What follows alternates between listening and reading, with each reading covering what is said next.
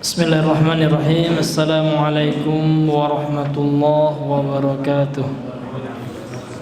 Innal hamdalillah nahmaduhu wa nasta'inuhu wa nastaghfiruh wa na'udzu billahi min shururi anfusina wa sayyiati a'malina.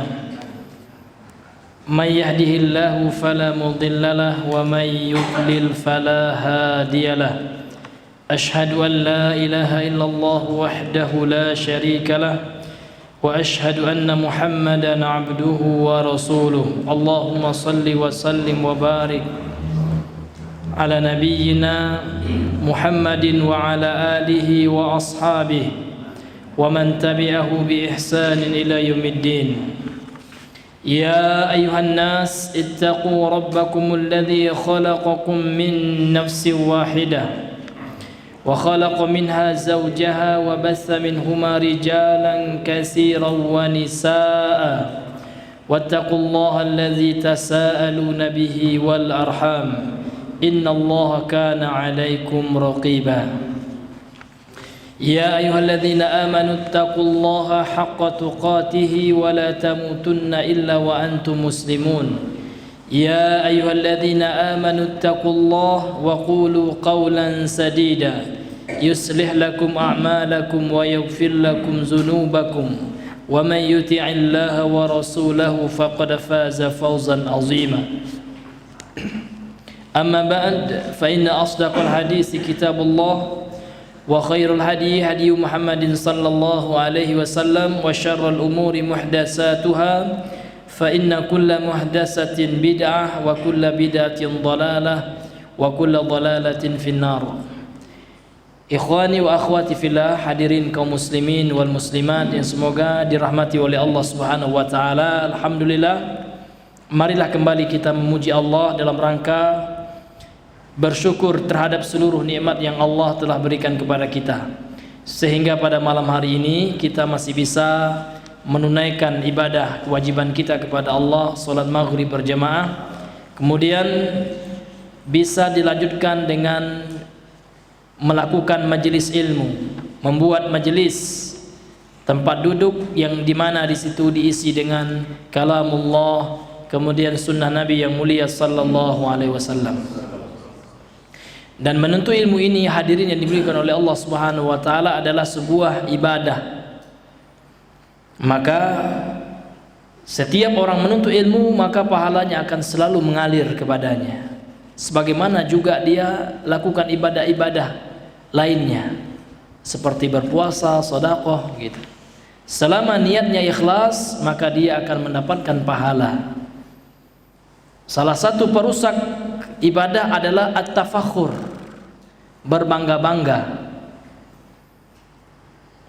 Orang-orang yang berbangga menunjukkan ada rasa benih kesombongan dalam hatinya, maka dia bangga gitu.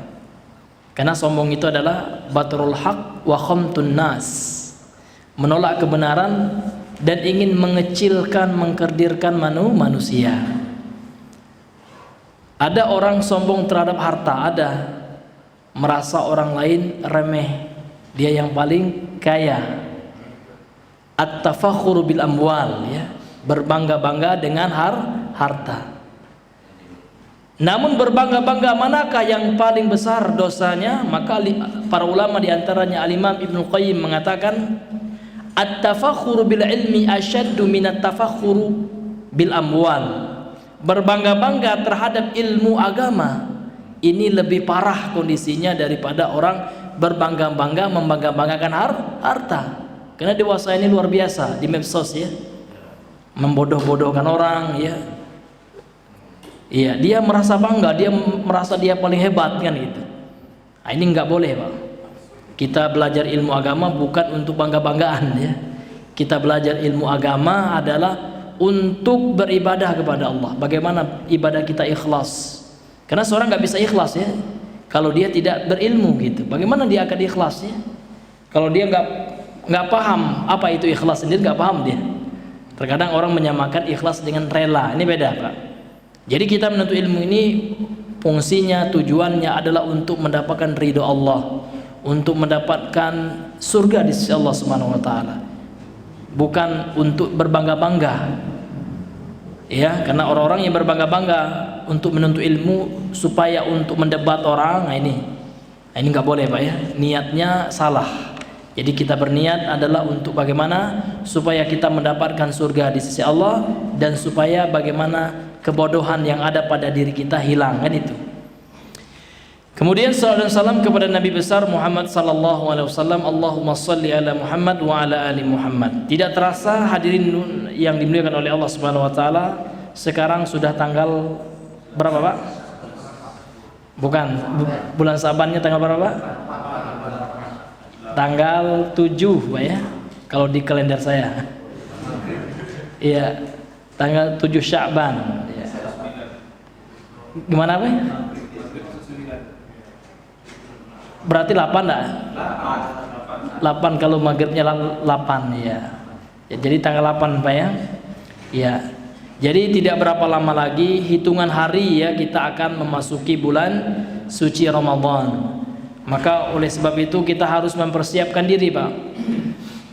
Bahkan kaum salaf dahulu ya, sebelum menyambut bulan Ramadan, mereka betul-betul ya mempersiapkan hati ya, bagaimana niat diluruskan, hati disiapkan gitu.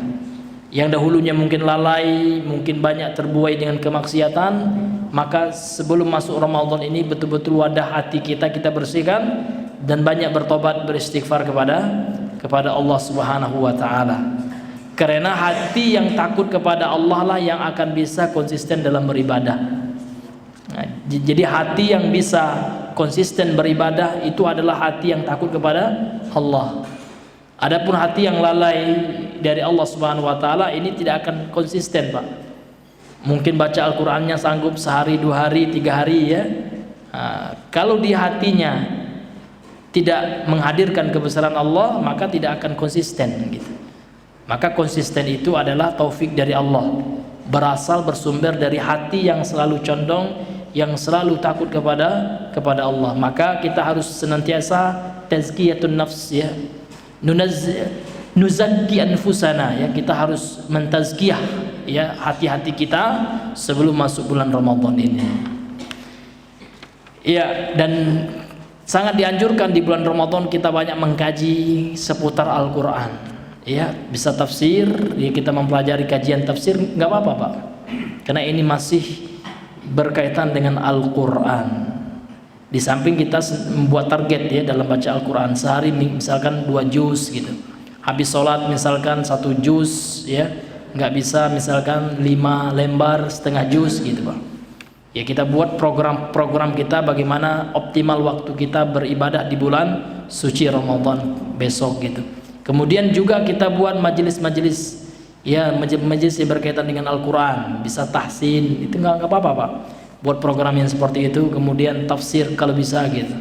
Sehingga betul-betul ya tidak hanya kita baca Al-Quran, namun kita pahami dan bisa kita tadaburi makna yang terkandung dalam Al-Quran tersebut ya. Kalau sekedar baca Pak, anak SD yang bisa baca Al-Quran itu pun membaca, tapi tidak meresapi gitu. Karena untuk bisa meresapi Al-Quran tentu kita harus paham makna dan kandungannya gitu. Dan itu dipelajari dalam tafsir ya. Karena tafsir itu bermakna al-bayan, penjelasan gitu ya. Sehingga orang itu kalau membaca tafsir Al-Quran dia paham maksud dan juga kandungan dari Al-Quran tersebut. Seperti itu. Baiklah Bapak yang dirahmati oleh Allah Subhanahu wa taala, kita kembali melanjutkan kajian kita, membacakan serta menjelaskan kitab Al-Mulakhasu fi Syarh Kitab Tauhid, ringkasan penjelasan dari Kitab Tauhid yang penjelasannya ditulis oleh Syekh Shalih Al-Fauzan, dan matan Kitab Tauhid ini ditulis oleh Syekh Muhammad bin Abdul Wahhab rahimahullahu taala. Yang mana pada pertemuan kita yang lalu kita telah masuk kepada hadis yang keberapa Pak? Bab yang kedua ya, bab tentang keutamaan tauhid. Hadis yang kedua. Ya. Telah kita bacakan kemarin penjelasan dari pensyarah Syekh Shalih Al-Fauzan, dan kita lanjutkan ya membacakan dan menjelaskannya. Qala asy-syarihu hafizahullahu taala al-ma'na al-ijmali lil hadis. Makna global dari hadis di atas. Ya, kalau bisa Pak matan ini dihafal Pak ya, karena matan ini syarat akan Al-Quran, hadis. Itu aja Pak. Kalau Bapak baca bukunya, Bapak beli bukunya, boleh yang berbahasa Arab atau terjemahan, lihat matannya Pak, isi bukunya semuanya Al-Quran, hadis, dan nanti ada penjelasan dari perkataan para sahabat atau ulama tabi'in. Jadi memang metodologi penulisan buku ini sangat persis dengan metodologi penulisan kitab Ahlul Hadis. Bapak beli buku misalkan Sahih Al-Bukhari, gitu juga.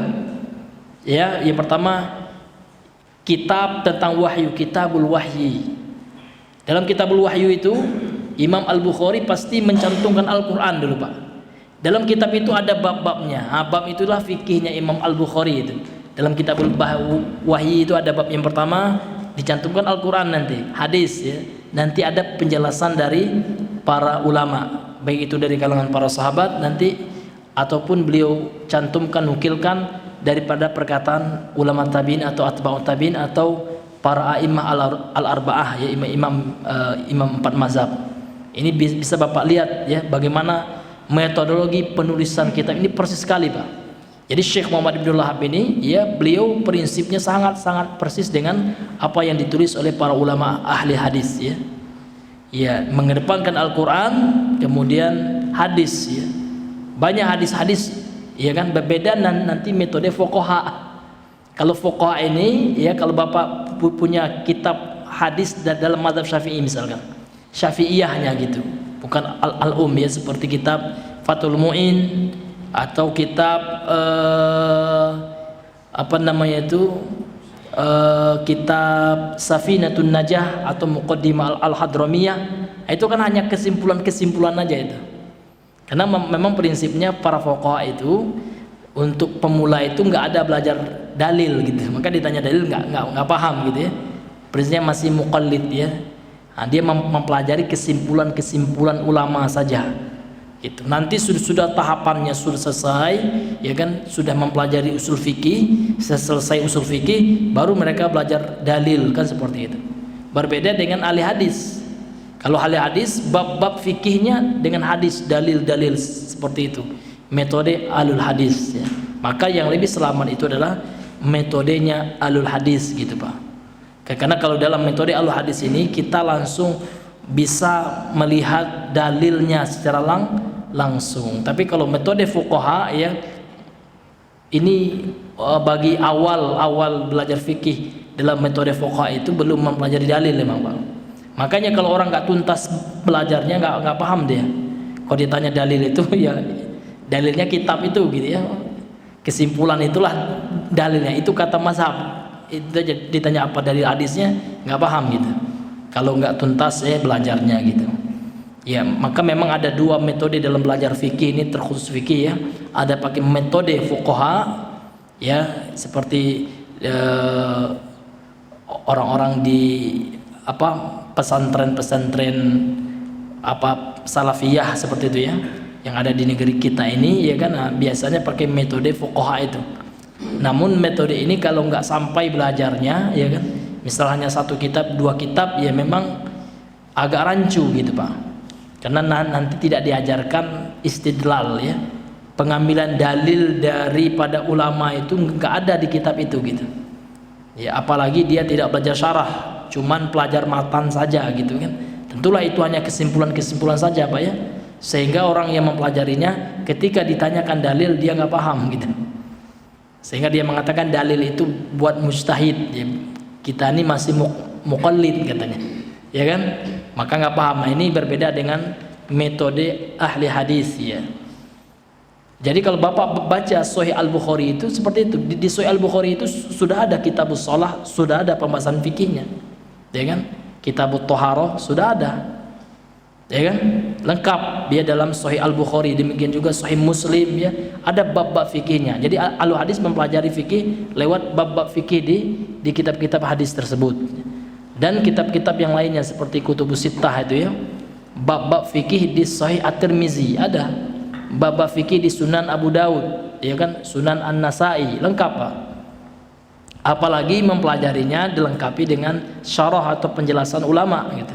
Tentu ini lebih menguatkan lagi, karena memang kita langsung belajar dalil, atau kitab Umdatul Ahkam. Ini bagus sekali nih untuk bagi pemula dalam belajar fikih metode ahlul hadis, itu bagus ya.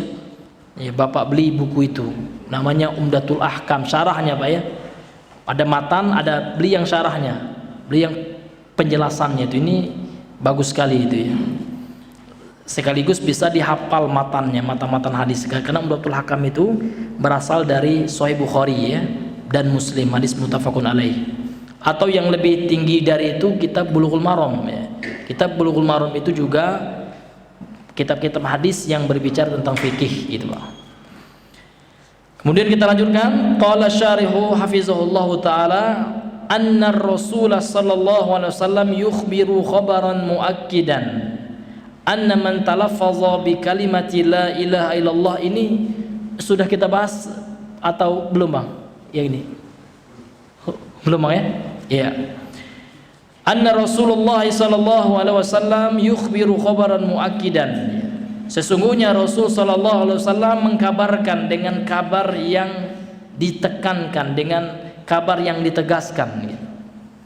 Anna man talaffaza bi kalimati la ilaha illallah, sesungguhnya barang siapa yang melafazkan kalimat la ilaha illallah, barang siapa yang mengucapkan kalimat la ilaha illallah, qasidan ma tadullu alaihi minal ikhlasi wa nafyi syirki amilan bizalika zahiran wa batinan wa ma ta'ala tilkal hali lam tamussahun naru yaumal qiyamah.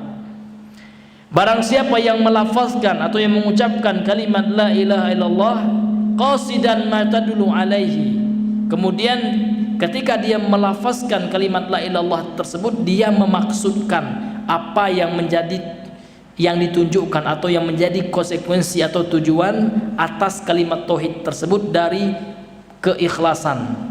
Jadi kalimat tauhid itu tujuannya adalah al-ikhlas ya. Ikhlas dalam beribadah hanya kepada Allah. Kemudian yang kedua, wa nafyi syirki, dan menafikan, menolak segala bentuk kesyirikan. Ada isbat di situ dan nafyu ya, nafyun dan penafian. Isbat itu artinya apa? Penetapan. Jadi dalam kalimat tauhid itu ada yang ditetapkan, yaitu sesembahan yang benar itu ditetapkan hanya Allah saja. Jadi ketika kita mengucapkan la ilaha illallah, ada yang ditetapkan Pak ya. Apa yang kita tetapkan? Bahwasanya tidak ada sesembahan yang berhak disembah secara benar kecuali Allah. Allah yang ditetapkan gitu. Kemudian yang kedua, ada yang ditolak, ada yang dinafikan, yaitu apa Pak? Segala sesuatu yang disembah selain Allah. Tuhan itu banyak, betul ya.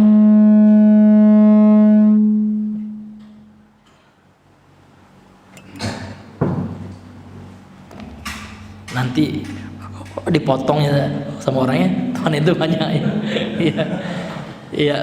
Jadi kenyataannya Tuhan itu banyak, namun dari banyaknya Tuhan itu semuanya batil, semuanya nggak layak dipertuhankan kecuali satu, yaitu Allah. Itulah tauhid itu. Karena tauhid secara bahasa diambil dari kata wahada. Wahada yuwahidu tauhidan. Apa artinya? Ja'lu syai'i wahidan, menjadikan sesuatu yang banyak ya kan, dijadikan satu gitu. Jadi tauhid itu adalah mengesahkan Allah, meyakini Allah lah satu-satunya yang berhak, yang layak disembah. La ma'buda bihaqqin illallah, tidak ada sesembahan yang layak disembah secara benar kecuali Allah. Kenyataannya banyak, ada di zaman Rasulullah orang menyembah Latta, Uzza ya. Orang menyembah pepohonan ya. Ada juga yang menyembah ya Nabi ya, Nabi Isa disembah oleh orang-orang ahlul kitab dari kalangan Nasrani. Ada yang menyembah Uzair, dikatakan sebagai ibnullah, anak Allah, orang-orang Yahudi gitu. Ini hadirin yang dimuliakan oleh Allah. Dan itu semua ditolak dalam konsep tauhid ya. Jadi konsep tauhid itu adalah menolak sesuatu yang diyakini sebagai sesembahan, ditolak semuanya dan ditetapkan hanya satu, yaitu Allah saja. Jadi barang siapa yang mengucapkan kalimat la ilaha illallah, dia memaksudkan itu tujuannya Pak. Jadi ketika dia mengucapkan la ilaha illallah, dalam hatinya dia memaksudkan itu, dia meyakini nggak ada yang berhak disembah, nggak ada yang berhak dipatut dipertuhankan, ya kan, secara benar kecuali hanya Allah. Itu yang dia maksudkan ketika dia mengucapkan kalimat la ilaha illallah.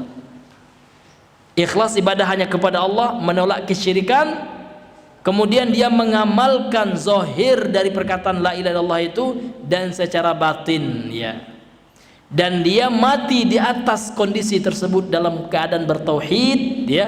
Kata beliau, lam tamussahun naru, maka dia tidak akan disentuh oleh api neraka pada hari kiamat.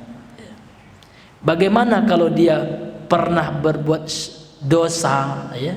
Kalau dosanya selain dosa syirik dan dia orang yang bertauhid, ya, boleh jadi dia diampuni oleh Allah karena tauhid yang dia miliki tersebut. Jadi, atau boleh jadi juga dia disiksa oleh Allah, namun tidak kekal di neraka, karena tauhidnya tersebut akan mensucikannya dan akan menariknya ke surga. Ini makanya orang yang melakukan dosa besar selain dosa syirik dan pembatal-pembatal keislaman, mereka berada tahta masyiatillah. Ini keyakinan akidah Ahlus Sunnah. Mereka berada di bawah kehendak Allah. Insya'a ghafara lahu wa insya'a azzabahu. Kalau Allah menginginkan ghafara lahu, Allah mengampuni untuknya, wa insya'a, dan jika Allah menginginkan azzabahu, Allah akan mengazabnya sesuai dengan kadar dosanya dan dia kelak akan masuk surga juga. Nah, itu Pak. Jadi ada orang-orang kampung, orang umum biasanya bilang seperti itu, ya. Nah, kami kan masuk surga juga kan, seperti itu, ya. Asal nama Islam kan gitu.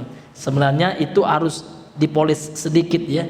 Asalkan bertauhid gitu. Islam dan bertauhid gitu. Insya Allah masuk surga dan selama tidak membawa dosa syirik dan pembatal keislaman. Karena pembatal keislaman itu meskipun dia nggak syirik Pak, tapi dia mencela Nabi, ya kan? Nah, ini kekal juga di neraka gitu Pak, ya. Karena mencela Nabi itu termasuk pembatal keislaman gitu. Atau dia meyakini bahwasanya syariat agama lain itu sama dengan syariat Islam, meskipun dia tidak berbuat syirik, kekal juga Pak di neraka, karena ini pembatal ini, ya. Man ya'taqada anna syari'ata ghairu syari'atin Nabi Muhammad sallallahu alaihi wasallam afdalu min syari'atihi, barang siapa yang meyakini bahwasanya ada syariat selain Nabi sallallahu alaihi wasallam ini lebih afdol atau sama gitu kan dengan syariat Nabi, ya, dia meyakini syariat itu sama dengan syariat Nabi, seperti syariat agama Kristen yang ada sekarang, ya kan, yang meyakini ada anak Tuhan, na'udzubillahi min zalik. Itu dikatakan sama aja agama itu. Ini kafir, ya, karena ini termasuk pembatal keislaman. Kenapa Pak Ustadz? Iya, karena Allah mengatakan seperti itu. Allah Subhanahu wa taala mengatakan bahwasanya inna dina indallahil Islam. Agama yang diterima oleh Allah itu adalah hanya agama Islam. Wa may yabtaghi ghairal islami dinan fala yuqbala minhu. Barang siapa, kata Allah nih Pak, ya, barang siapa yang meyakini, ya kan, dan dia mencari agama selain agama Islam, maka enggak diterima. Ini keyakinan ini. Artinya dia menganggap semua agama itu sama. Ini termasuk pembatal keislaman, Pak. Ya, makanya penting kita mempelajari buku itu, Nawaqidul Islam, ya, pembatal-pembatal keislaman, sehingga kita bisa mawas diri, ya Pak, ya. Ya, sehingga kita bisa membentengi diri kita dan tidak terjatuh ke dalam dosa-dosa yang luar biasa itu. Ada dua kitab memang. Ada Nawaqidul Islam, ada Nawaqidul Iman, itu hampir sama. Pembatal keislaman dan keimanan gitu. Dan ini kitab ini adalah luar biasa Pak, karena dia intisari daripada kitab-kitab klasik, ya, turas, ya, kitab-kitab para ulama terdahulu. Kalau kita ingin buka kitab-kitab ulama mazhab, seperti dalam mazhab Syafi'i itu ada kitab namanya Qawatiul Islam, Qawatiul Islam. Ya, ada kitab yang judulnya Qawaidul Islam, itu juga membahas tentang perkara-perkara pembatal-pembatal keislaman yang merupakan prinsip Islam yang nggak boleh dilanggar. Di antaranya juga contohnya menghalalkan apa yang Allah haramkan ini, atau mengharamkan apa yang Allah halalkan. Ini termasuk, ini kan berkaitan dengan keyakinan, ini akidah, i'tiqad ya. Kalau ada orang yang menghalalkan babi sekarang dan dia mengetahui ilmunya, dalam Al-Quran kan dikatakan babi haram ya, tiba-tiba dia mengatakan enggak ya, meskipun dia enggak makan babi Pak, selama keyakinannya menghalalkan apa yang Allah haramkan, ini bisa membatalkan keislamannya. Atau mengharamkan apa yang Allah halalkan, ini nasi haram katanya ya, padahal Allah ya kan, nggak ada Allah mengharamkan nasi itu ya kan, mana dalilnya? Nggak ada. Hukum perkara dunia itu mubah, boleh, sampai ada dalil yang mengharamkannya. Mana dalilnya Pak? Nggak pakai dalil gitu. Dalil ini logika ya, ada orang gitu ya. Berarti dia yang dalilnya kan seperti itu. Ini bisa nauzubillah, bisa kafir juga Pak ya. Ini termasuk konsep mengharamkan apa yang Allah halalkan gitu. Jadi nggak boleh Pak kita mengatakan halal haram ya tanpa ilmu. Ini termasuk al-qaulu bila ilm ya, berbicara tanpa ilmu. Dan kita diharamkan Pak, bahkan dosa besar ya kan, seseorang itu berkata-kata tanpa ilmu ya. Taib, kita lanjutkan. Munasabatul hadisi lil bab ya, korelasi atau hubungan hadis ini terhadap bab yang dibahas dalam kitab ini, yaitu bab yang kedua. Bab tentang apa Bang? Keutamaan tauhid. Jadi bagaimana korelasi hadis ini? Kata beliau, anna fihi, sesungguhnya di dalamnya, yaitu di dalam hadis ini, dalalatan wadihatan, ada sebuah dalil yang jelas, ala fadli tauhid, yang menjelaskan tentang keutamaan tauhid ya. Karena dalam hadisnya adalah Rasulullah SAW bersabda, fa inna Allah harrama 'alan nari man qala la ilaha illallah yabtaghi bidzalika wajhallahi. Sesungguhnya Allah mengharamkan, kata beliau, neraka. Artinya Allah haramkan neraka, jangan sentuh gitu, jangan bakar. Siapa? Bagi orang yang mengucapkan la ilaha illallah. Namun nggak hanya sekedar mengucapkan Pak, ini sudah kita jelaskan tadi, qasidan ma tadullu alaih, dia harus memaksudkan, meniatkan ketika dia membaca itu konsekuensi daripada hadis ini, daripada la ilaha illallah itu ya. Tidak hanya sekedar mengucapkan. Kalau mengucapkan Pak, coba Bapak sekarang beli burung beo Pak, setiap hari Bapak ucapkan la ilaha illallah di hadapan burung beo itu, pasti beliau itu kalau ada orang asing nengoknya la ilaha illallah juga katanya, la ilaha illallah gitu ya. Cuman bisa meniru gitu Pak ya. Namun nggak tahu maksudnya apa yang dibacanya. Jadi la ilaha illallah itu Pak ada maksud dan tujuannya gitu. Jadi la ilaha illallah itu akan bermanfaat adalah apabila orang mengucapkannya memaksudkan tujuannya, yaitu menafikan kesyirikan ya, segala yang disembah selain Allah. Dan dia mengamalkan konsekuensinya, ada pengamalan dari kalimat la ilallah itu. Konsekuensinya apa? Dia tidak berbuat syirik. Namun ada juga orang yang mengatakan la ilallah, namun dia tetap minta kepada selain Allah, ya kan? Tetap dia kalau bikin rumah ya, nyembelih ayam, buat apa nih ayam Pak? Ini supaya tolak bala ya. Kalau nggak sembelih ayam nanti ya orang yang di rumah ini nanti ada yang sakit lah gitu. Jadi dalam rangka menolak bala ya, kita potong ayam ini. Untuk siapa ayam ini ya? Untuk makhluk halus gitu ya, dedemit atau roh-roh keramat yang diyakini, nggak boleh Pak ya. Dan ini terjadi Pak. Ini sering kami sampaikan ya. Dahulu kami waktu ke Sumatera Barat itu pergi ke tempat budaya, cagar alam nih, cagar budaya di Pesel ya, di pesisir selatan ya, tepatnya itu di kecamatan ini Pak ya, yang di Indrapura ya. Jadi di Indrapura itu Pak, itu ada nama rumah adat ya, dan di situ itu ada namanya Bundo Kanduang Pak ya. Jadi pas kita ke rumah adat Bundo Kandung itu Pak, kan saya baca ya, kami baca dengan teman-teman apa tujuannya ada Pak di buku tamunya itu, tujuan datang ke situ. Jadi tujuan datang ke situ kebanyakan tidak hanya sekedar melihat adat budaya Minang Pak, namun kebanyakan adalah melepas niat katanya. Kalau bahasa Minangnya malapini gitu ya. Ini apa maksud melepas niat ini? Ada juga yang nulis nazar ya. Jadi dia bernazar ke situ gitu. Jadi untuk itu Pak kami klarifikasi langsung gitu. Tapi ya qadarullah enggak terekam waktu itu Pak. Ya dengan teman kami, sahabat kami Buya Nefri gitu ya waktu itu. Ada teman kita. Jadi kita dialog Buya Nefri dengan orang itu ya. Aisyah seperti itu Pak. Dia meyakini jadi Bundo Kandungi ibaratnya itu Pak sebagai apalah gitu ya. Kalau Bapak ini ya sebagai perantara gitu yang bisa menghubungkan ke roh-roh keramat. Karena ada keyakinan batil itu Pak ya, keyakinan syirik. Karena orang yang ke situ itu meyakini mereka akan melepaskan niat kepada roh-roh orang Saisua gitu ya. Orang Saisua itu roh-roh orang dulu yang diyakini keramat Pak. Iya. Dia meminta melalui perantara Bundo Kandung ini. Nah, seperti itu Pak. Ya, kemudian ada ritualnya juga, ada menyannya, ada yang disembelih gitu. Ini semua hadirin yang dimiliki oleh Allah Subhanahu wa taala sangat bertentangan dengan prinsip-prinsip agama Islam gitu. Dan ini ya dilindungi oleh sesuatu yang namanya budaya. Sama lah kayak di Pariaman ya, tabot ya. Ya kalau tabot bahasa Indonesianya, ya bahasa kampungnya tabui gitu ya. Ini seperti itu Pak. Ini semua adalah mencontoh kebudayaan Syiah.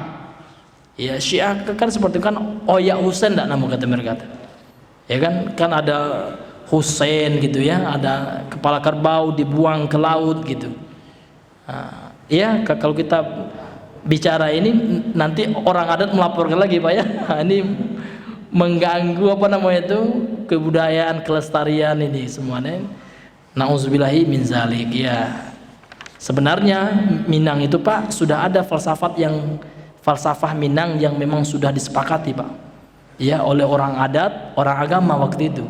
Adat bersandi sara, sanda bersandi kitabullah. Jelas gitu. Jadi adat Minang itu kalau bertentangan dengan kitabullah itu bukan adat ya. Itu yang diadekkan. Itu beda Pak ya. Adat dengan yang diadatkan kan gitu. Dia bukan adat Pak. Namun diadat-adatkan kan seperti itu. Namun yang adatnya orang Minang ini sudah ada kesepakatan Pak oleh nenek moyang dulu ya, sangat sesuai dengan Islam. Adat bersandi sara bersandi kitabullah. Syarat mama amangato adat memakai gitu. Jadi seiring sejalan, nggak ada pertentangan, ya kan? Makanya kalau dibahas di Minang tuh nggak ada masalah ya. Iya. Nggak seperti di Jawa nanti dilaporkan pula gitu ya. Iya, melanggar adat. Kalau ini nggak bisa Pak ya, karena memang adat Minang seperti itu. Dia harus sejalan dengan kitabullah. Yang tidak sejalan dengan kitabullah itu sesuatu yang diadatkan itu. Ya, sesuatu yang dibuat-buat sebagai adat, namun bukan adat leluhur yang suci ya. Yaitu adat yang selaras, yang sesuai, yang tidak bertentangan dengan Al-Qur'an gitu. Kemudian kata beliau wa annahu yujibu liman mata alaihi an-najata minan nar. Karena tauhid itu mewajibkan ya, berkonsekuensi lah gitu ya. Barang siapa yang meninggal di atasnya, yaitu di atas tauhid tersebut, dia akan mendapatkan an-najata, keberuntungan gitu. Minan nari, dari neraka, artinya dia diselamatkan dari neraka. Wa takfirus sayyiati, kemudian akan menjadi sebab dihapusnya dosa-dosanya. Jadi tauhid ini sebagai mukaffiruz dzunub ya, atau mukaffirus sayyiat, sebagai penghapus dosa gitu. Kemudian kita masuk kepada mayustafadu minal hadis. Apa pelajaran faedah yang bisa diambil dari hadis yang telah kita bahas sebelumnya? Faedah yang pertama, fadlul tauhidi, keutamaan tauhid. Nah, ini jelas sekali Pak ya. Tauhid itu ya bisa menjadi sebab seorang diselamatkan dari neraka gitu. Wa annahu yunqidhu minan nari wa yukaffirul khotoya. Yang mana tauhid itu bisa menyelamatkan Ya, orang yang bertauhid dari api neraka dan menjadi penghapus dosa. Itu keutamaan tauhid itu, Pak. Yungkidzu minan nar itu artinya menyelamatkan, menarik seseorang dari neraka dan menghapus dosa-dosanya. Kemudian faedah yang kedua, annahu la yakfi fil imani an nutqu min ghairi i'tiqadil qalbi kahalil munafiqina. Sesungguhnya tidak cukup dalam keimanan itu hanya sekedar mengucapkan gitu. Tauhid itu adalah kalimat iman, Pak ya. Kalimatul iman wa kalimatut thayyibah wa kalimatut tauhid. Kalimat la ilaha illallah itu adalah kalimat iman, kalimat tauhid dan kalimat yang sangat baik gitu ya. Kalimat thayyibah gitu. Jadi dalam hal keimanan ya, ini tidak cukup hanya mengucapkan saja, kata beliau. Min ghairi i'tiqadil qalbi, tanpa disertai dengan keyakinan hati. Kahalil munafiqina, seperti kondisi orang-orang munafik. Jadi dalam konsep keimanan Islam atau konsep keimanan Ahlus Sunnah wal Jamaah, iman itu harus dalam 3 hal. Harus ada 3 yang harus ada dalam keimanan. Ada 3 hal yang harus ada dalam keimanan. Yang pertama diucapkan dengan lisan, anutqu bil lisan. Yang kedua wa'tiqadu wal i'tiqadu bil qalbi. Yang kedua adalah diyakini dengan hati, wal amalu bil jawarih wal arkan ya. Kemudian diamalkan dengan anggota tubuh. Jadi begitu juga dengan kalimat la ilaha illallah tersebut. Kalimat ini akan berfaedah yang pertama bila diucapkan dengan lisan, kemudian diyakini dengan hati konsekuensinya, Pak. Kandungannya itu kita yakini dalam hati kita. Apa kekandungannya, Pak? Kandungannya adalah kita menjauhi segala yang disembah selain Allah. Kita meyakini nggak ada itu, ya kan? Nggak ada itu Tuhan-Tuhan itu, dewa-dewa nggak ada. Itu harus, Pak, ini wajib, harus kita ingkari itu. Ya kan, nggak ada yang berhak disembah, nggak ada yang berhak dipertuhankan. Itu semua batil gitu ya. Alihah batilah, sesembahan-sesembahan yang batil. Dan kita tetapkan yang berhak disembah, yang berhak dipertuhankan itu hanya Allah gitu. Dan inilah yang mau dirusak keyakinan ini oleh orang-orang liberal gitu. Oh, nggak boleh, kalian itu radikal, mau benar sendiri ya. Yang lain itu kan benar juga Tuhan mereka gitu. Jangan kalian itu meyakini Islam saja yang benar. Ya ini Pak, itu makanya liberal itu parah, karena akan merusak tauhid seseorang, merusak akidah Islam itu sendiri, Pak. Orang radikal itu, orang liberal itu lebih parah daripada Abu Jahal ya. Abu Jahal dia meyakini keyakinannya yang benar, kan gitu. Dia nggak mengatakan semua keyakinan itu benar, kan enggak. Apa ya? Makanya liberalisme itu, Pak, ini musuh semua agama. Kalau agama yang lain ya, mereka juga mengatakan yang lain salah, agamanya yang benar gitu. Nah, kalau orang liberal enggak, semua itu benar gitu kan gitu. Iya, enggak jelas gitu, Pak ya. Iya. Ini yang luar biasa, Pak ya. Ini merusak keyakinan, Pak. Iya, merusak keyakinan, tatanan akidah seorang muslim gitu. Sehingga sama aja lah agama itu ya, semuanya benar. Tujuannya kan sama katanya. Ya kan, sama-sama ingin ke surga gitu. Nggak boleh kita saling menyalahkan, kan seperti itu. Ya seolah-olah mereka lebih hebat dari Nabi ya. Nabi menyalahkan ya agama-agama yang disembah, Tuhan-Tuhan yang disembah selain Allah gitu. Bahkan Nabi Ibrahim dibakar beliau. Namun dengan mukjizat beliau, Allah Subhanahu wa taala dengan keagungan dari Allah, dengan fadlun minallah, keutamaan dari Allah, Allah selamatkan beliau dari ya jilatan api membara yang akan membakar beliau ketika beliau menghancurkan patung-patung yang disembah oleh umatnya selain Allah Subhanahu wa taala gitu. Ini luar biasa, Pak ya, keyakinan-keyakinan yang bisa merusak akidah kita. Kemudian yang ketiga, annahu la yakfi fil imanil i'tiqadu min ghairi nutqin ya. Kahalil jahidina. Kemudian juga tidak cukup dalam keimanan itu keyakinan saja tanpa diucapkan gitu. Maka harus diucapkan juga, Pak. Tidak hanya diyakini saja dalam hati tanpa diucapkan, maka harus keimanan itu diucapkan. Kalimat la ilaha illallah itu harus disertai dengan ucapan. Kahalil jahidina, seperti kondisi orang-orang yang menolak kalimat la ilaha illallah itu.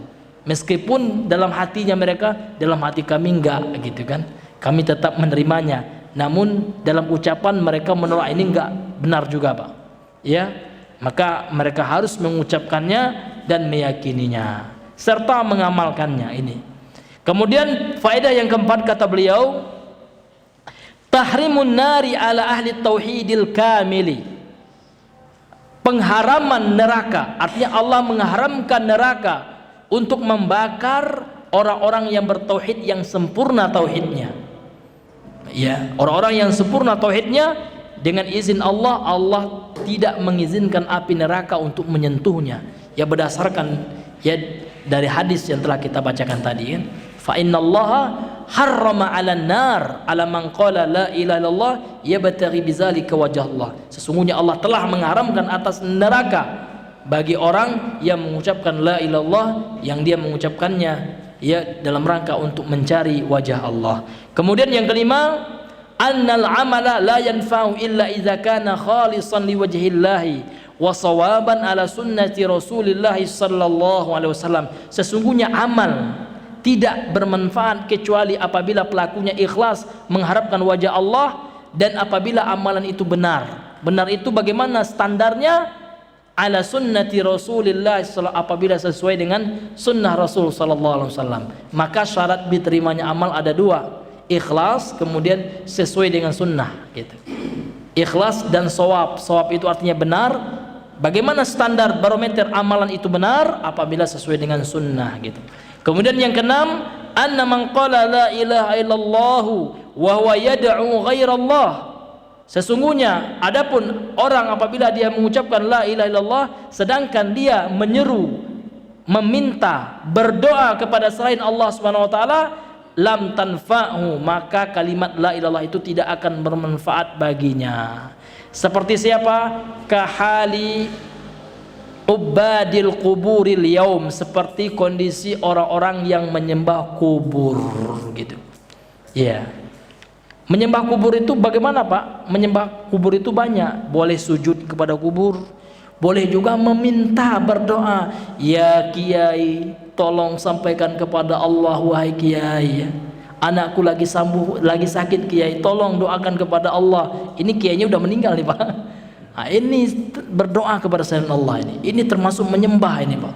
Meminta, karena berdoa, meminta itu ibadah, dan memberikan ibadah kepada selain Allah itu syirik ya. Kecuali kiainya masih hidup, ini boleh, Pak. Misalkan ada kiainya masih hidup, ya datang dia ke rumah kiai, tolong doakan sama Allah ya, anak saya lagi sakit Pak Kiai, mudah-mudahan doa Pak Kiai mustajab. Ini, Pak, ya ini boleh ini dalilnya banyak ya. Di antara dalilnya adalah sebagaimana para sahabat dahulu mendatangi Rasulullah dan minta didoakan, minta Rasulullah mendoakan kepada Allah karena doanya Rasulullah mustajab. Dan ketika Rasulullah wafat terjadi paceklik, orang-orang pergi kepada Abbas, nggak pergi ke kuburan Nabi, nggak ada, Pak ya. Ya kan sahabat rame-rame ke kuburan Nabi, minta kuburan, nggak ada. Tatkala meninggal Rasulullah, rame-rame sahabat menuju pamannya Rasulullah dan minta doa. Wahai Abbas, tolong doakan kepada Allah. Minta didoakan ya kepada Allah yang masih, bukan yang sudah meninggal gitu. Ini disalahpahami ziarah kubur, Pak. Ada Wahabi melarang ziarah kubur. Kapan melarang ziarah kubur? Bagus ziarah kubur, silakan, karena ziarah kubur itu mengingatkan kematian, bukan minta berdoa kepada orang yang meninggal. Orang yang meninggal itu didoakan gitu. Didoakan orang yang meninggal itu. Assalamualaikum ya ahlad diyar ya. Keselamatan dari Allah untukmu wahai penghuni kubur, itu doanya.